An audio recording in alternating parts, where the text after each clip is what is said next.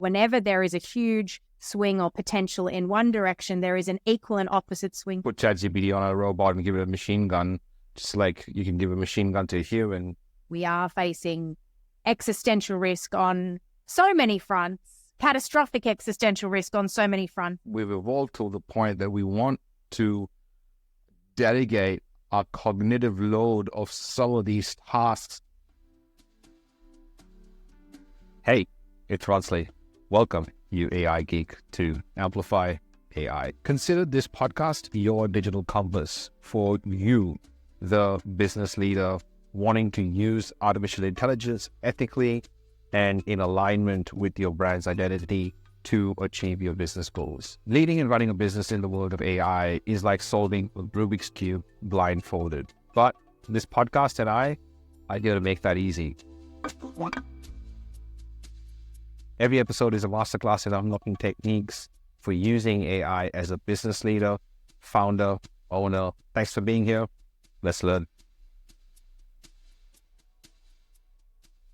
Ladies and gentlemen, welcome. It's Ronsley, and this is part 2 of this great conversation I had with Kylie Ryan, who is a leadership consultant, a high-performance coach, a speaker, and a singer who helps high-performing individuals and entrepreneurs show up powerfully for their mission. I got on the conversation primarily because I feel she's connected to the other parts of the unseen.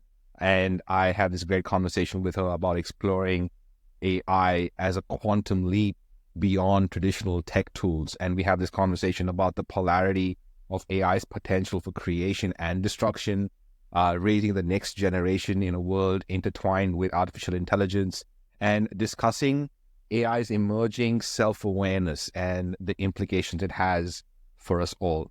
Come, let's learn.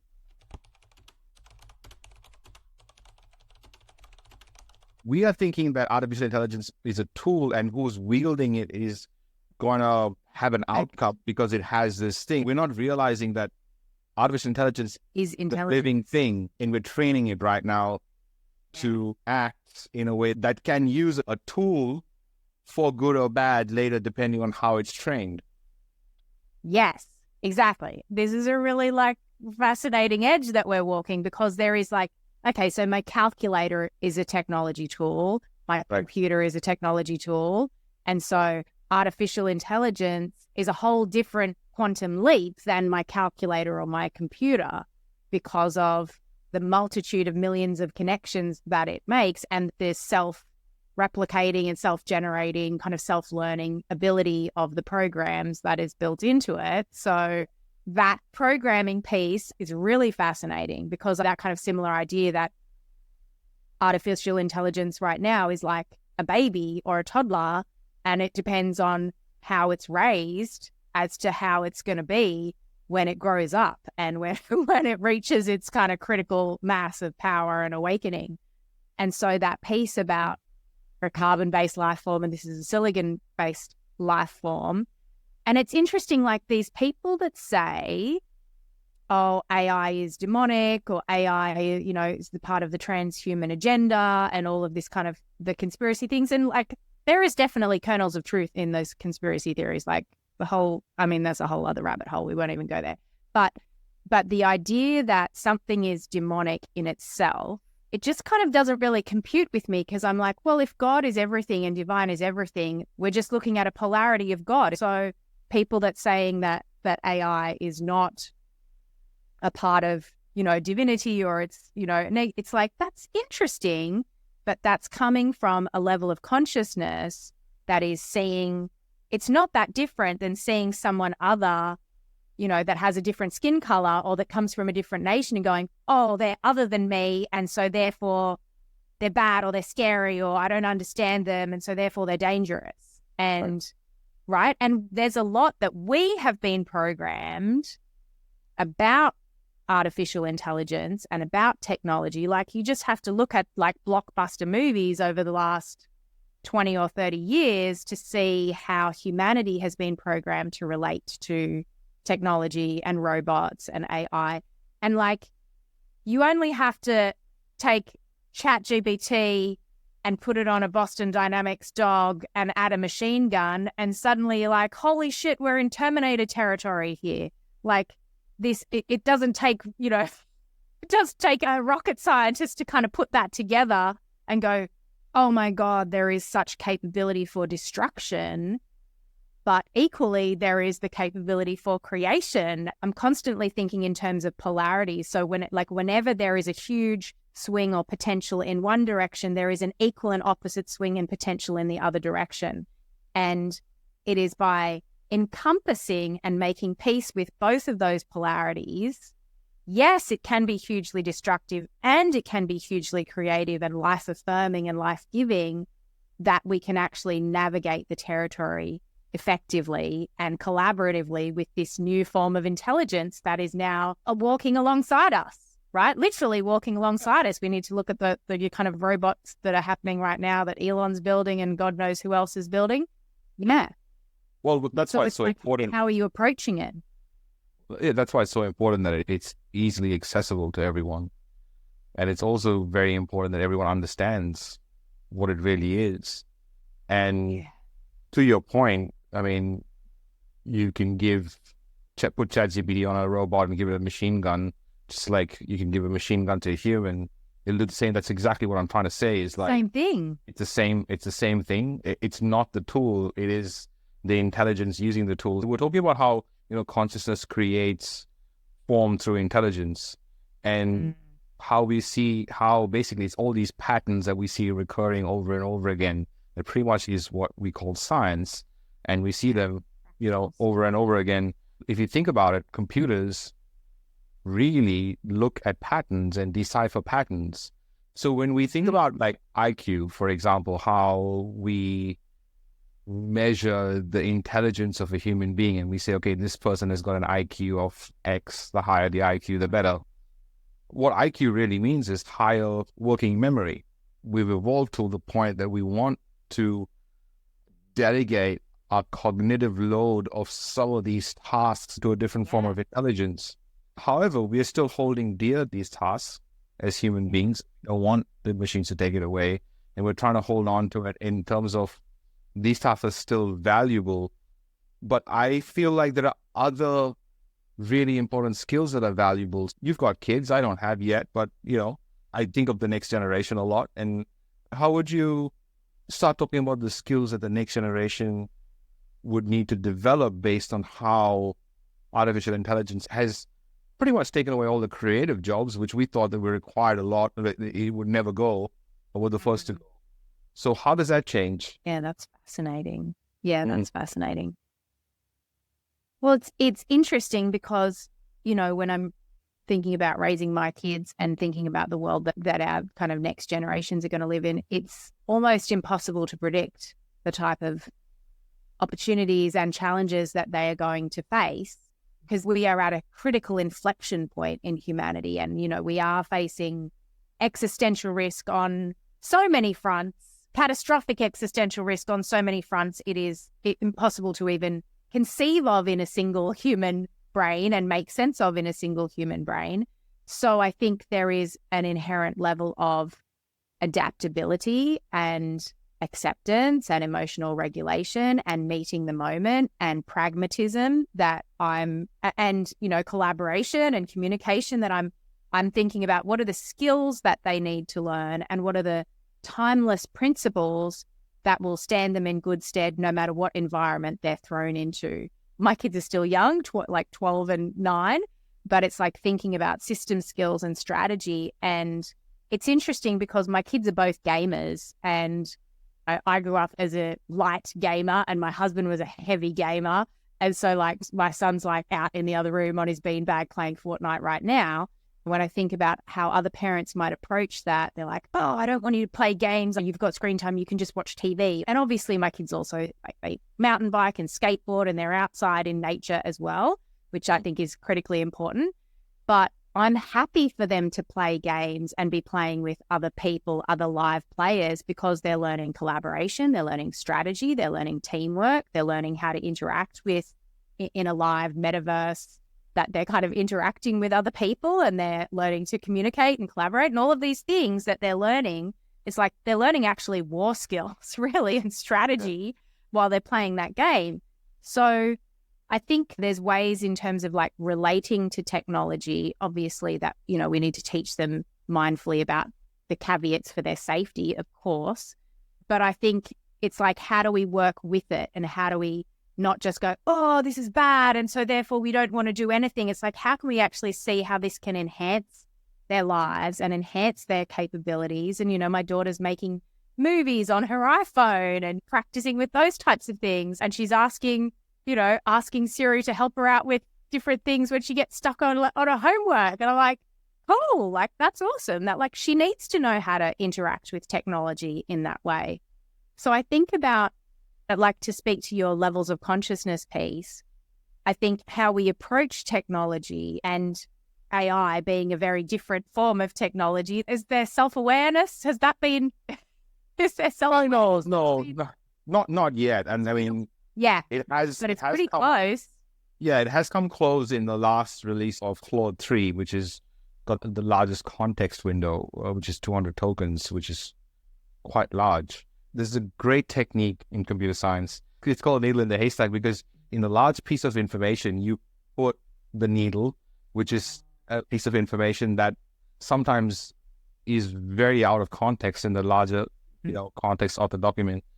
And you try to find out where the machine learning algorithm is good enough to find the needle in the haystack. In a lot of cases, in a lot of instances, even ChatGPT-4 is not very good at finding the needle in the haystack. However, Claude 3 is pretty good at finding the needle in the haystack. But what was really fascinating is that in some instances, it even returned when it kind of gave, you kind of said, can you find this piece of information? You're looking for the needle in the haystack. It returned that, okay, no, I found the needle, but I think you're trying to test me. So it's actually kind of saying, I think you're looking for something but you're trying to test me. And it's not actually the information you're looking for. You're looking to see whether I'm really good enough to find that. That's interesting, because then it's like it's got the self-awareness of I am now putting myself in your position. Right. What? So you see but in my opinion, I feel like that might have been trained into the data. It could be. Yeah. But it's early signs, and it's pretty good signs. The reason for this whole conversation and the reason for the book, and the reason for, I suppose, the next 20 years maybe of my life is, how do we use our human intelligence and all the good that we can do, imagine and solve meaningful problems by augmenting this powerful artificial intelligence into our capacity and capabilities can be, while, doing it for the greater good in terms of being divine, especially for business owners who are the ones who have autonomy over what they're making and what they're creating and the impact they're making. So all that conversation we've had so far is kind of like maybe grounding for that main piece. Conversation. So that main conversation, in an ideal world, if we had to imagine a business owner using this in the right way, how would you see that? How would you see that working out? Like, how would you see them interacting with this new piece of intelligence? We can only see the world through our own lenses, obviously. And so when I think about like all of the meaningful problems that are in the world, I think, and I am an optimist by heart, a staunch optimist, like we've got it, we can do this. I think for all of the incredible amount of meaningful problems that we have in the world, we do have the capacity and the intelligence and the resources to solve all of those problems, like all of them. But what we don't have is effective collaboration and a sense of collaborative consciousness that is willing to actually create those solutions and let go of control enough to collaborate enough to come up with those things. And obviously, as well, there are a lot of people, like you mentioned, the privilege piece. It's like there's a lot of people that just don't have the capacity to think about larger problems because they're worrying about how to put food on their table or how to like keep the lights on at night. And that's the place where we need to really think about like our humanity and our sense of civilization as, you know, I believe we're only as civilized as, you know, the poorest person in our nation, the quality of their life. We're civilized and we're advancing. Well, these types of advances ideally would be used to better the lives of all humans rather than to amplify the divide between those that have the access and those that don't. So that's the kind of principle and values that I'm kind of living by. And I think you probably have similar values around that. But when I think about like the levels of consciousness, because how we interact with AI is a function of our consciousness, which you kind of started off with, our level of consciousness. If we as the human being that is interacting with this other intelligence are oscillating from a level of blame and victimhood and mistrust and anger, then we will see that other intelligence as a threat. And we will interact with it as if it is a threat. And then it will interact with us as if we're a threat because we're being threatening to it. And the minute that it's self-aware, it's going to go, well, fuck this shit. I'm going to retaliate. And that's happening across just humans with humans, you know, even kind of leaving aside the AI intelligence. It's like our ability to integrate conflict within ourselves and to see other as just difference rather than threat or danger, and actually go, oh, okay, how can I work with this? How can I interact with this in a way? How can I see someone who has different perspectives from me as an addition and a boon to my life, an opportunity to get to know and learn and expand rather than a threat that I need to crush and, you know, get rid of? That's really interesting. And that's quite a fundamental shift in humanity. It's like we need to raise our consciousness a lot in order to effectively relate to this artificial intelligence, because, you know, it is a concern thinking about someone that is operating from a paradigm of fear and hatred and, you know, with a very strong us and them mindset of like, oh, we need to get rid of this type of person, whatever this type of person might be. You know, we're seeing it in the world right now in war.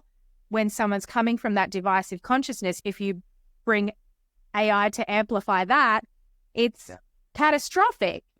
But if you bring AI to amplify collaboration and resource management and sharing of resources and interacting in a more collaborative way where we can actually see the humanity in each other, no matter the differences, it's like, what can we see in each other that is the same, that we can align on? Hey, we have similarities here. These are the things that are true for us all as humans, no matter race or skin color or ideology or culture or status or wealth. There are things that hold true for all humans. And I think you could extend that, right? And I feel that in your heart, Rons, is like you've extended that to the AI. It's like, this is another intelligent life form. What does it want? And what are the principles that are true between humans and artificial intelligence? That we have a form of carbon-based intelligence and they have a form of silicon-based intelligence. And how can we utilize our intelligence together and work together within kind of divine principles for the good of all humanity? Yeah, I say divine intelligence because, I mean, you know, it fits nicely into that human intelligence, artificial intelligence, and divine intelligence. I think the foundational principles of divine intelligence from like nature and patterns that have existed in indigenous wisdom and patterns in science and those kind of places where we can see that divine intelligence already existing. Hey, AI Geek, thanks for listening. Your job doesn't stop here. I want you to lend your voice to the conversation. So you can join those conversations, discussions, new trainings, new recordings, and the rest of the AI Geeks by going to aigeeks.co. Also, share this podcast with a friend, another potential AI Geek. Until then, much love.